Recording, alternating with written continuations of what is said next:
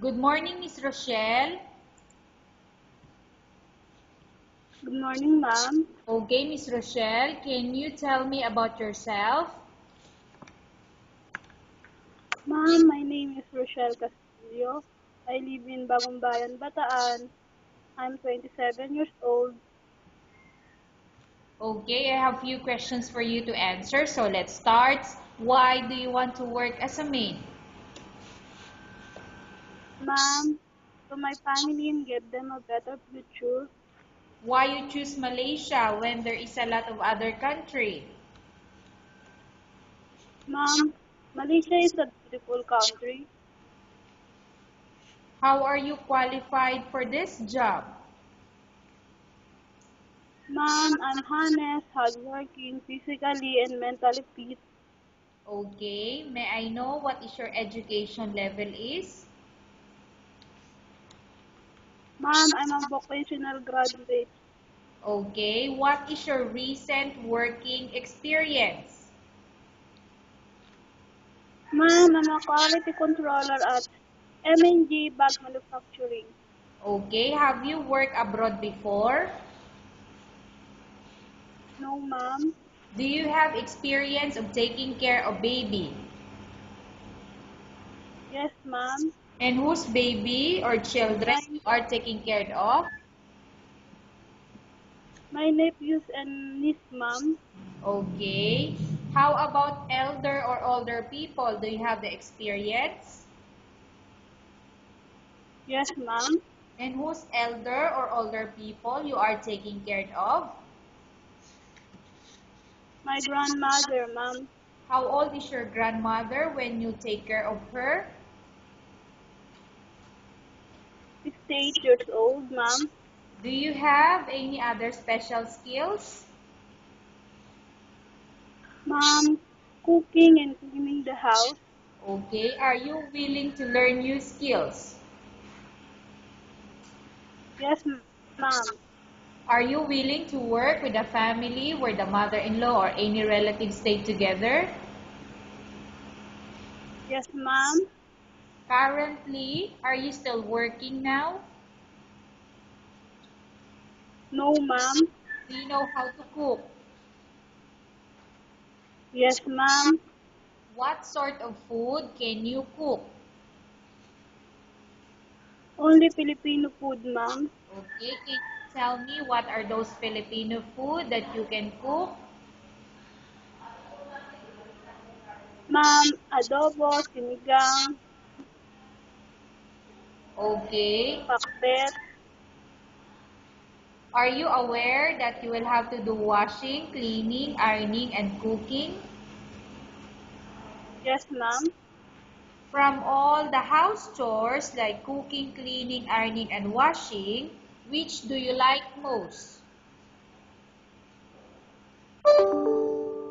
Cooking, washing, ma'am. Okay. You are not allowed to use handphone or cell phone during working hours. Yes, ma'am. You are only allowed to use handphone or cell phone after you finish all the works and when going to bed. Yes, ma'am. You are strictly needed to surrender the handphone or cell phone to your employer in the morning, and your employer will return back to you once you're going to bed. Yes, ma'am. If ever your employer finds out that you're abusing your handphone and it's affected your work performance, your employer will confiscate your handphone and you're not allowed to hold it anymore. Instead, your employer will allow you to call to your family 3 times in a month. You're only allowed to bring normal phone and you're not allowed to bring smartphone. Are you agreed for the terms and condition? Yes, ma'am. Are you agreed to the rules and regulation for the handphone? Yes, ma'am. How many years is the contract as you agreed and understand? 2 years, ma'am. Can you describe for me your ethics or your attitude? Ma'am, I'm a honest person and hardworking person. Okay. How can you assure to us that you will work hard in Malaysia? I will assure to you that, ma'am, I will finish my contract because I need to support my family and give them a better future. Okay. Can you promise not to use the telephone without the permission of your employer? Yes, ma'am. Can you promise not to put on makeup but to dress properly while work? Yes, ma'am. Can you promise not to invite friends and relatives without the consent of your employer? Yes, ma'am. Can you promise not to ask for advance salary from your employer under any circumstances? Yes, ma'am. Do you really understand of the rules and regulation of the agency? Yes, ma'am. Do you pay any placement fee for you to come to Malaysia to work as a maid? No, ma'am. Do you have any history of sickness, example, breast cancer or any other illness? No, ma'am. Do you suffer from any skin diseases, allergy, or physical defect? No, ma'am. Have you suffered from any serious illness? No, ma'am. Do you smoke? No, ma'am. Do you have any tattoo in your body? No, ma'am. Okay. Have you undergone any operation or surgery? No, ma'am. Are you medically fit? Yes, ma'am. Are you in any medication? No, ma'am. Are you allergic with any food? No, ma'am. Are you prepared to work for the employer of any race? Yes, ma'am.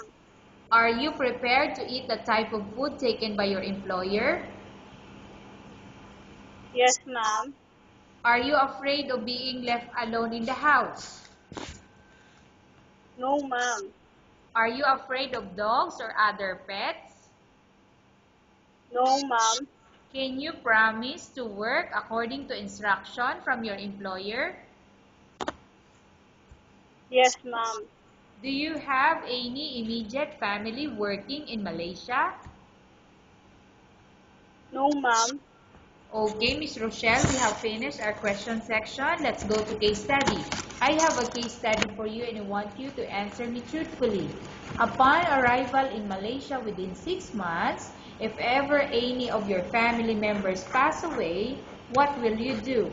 Will you continue to work till finish your contract or you will go back? I will finish my contract, ma'am. Okay, tell us about yourself and why do you want to work in Malaysia as domestic helper? Ma'am, I want to work in Malaysia as a domestic helper because of my family Oh, and yes, Miss Rochelle, go ahead. What do you want to tell? give them a better future. Okay, Miss Rochelle, what do you want to tell to your employer who watching your video? Ma'am, please choose me because I need this job for my family. Thank you. Okay, thank you very much, Miss Rochelle. We will update your agency if there's any selection made by the employer. Thank you, ma'am.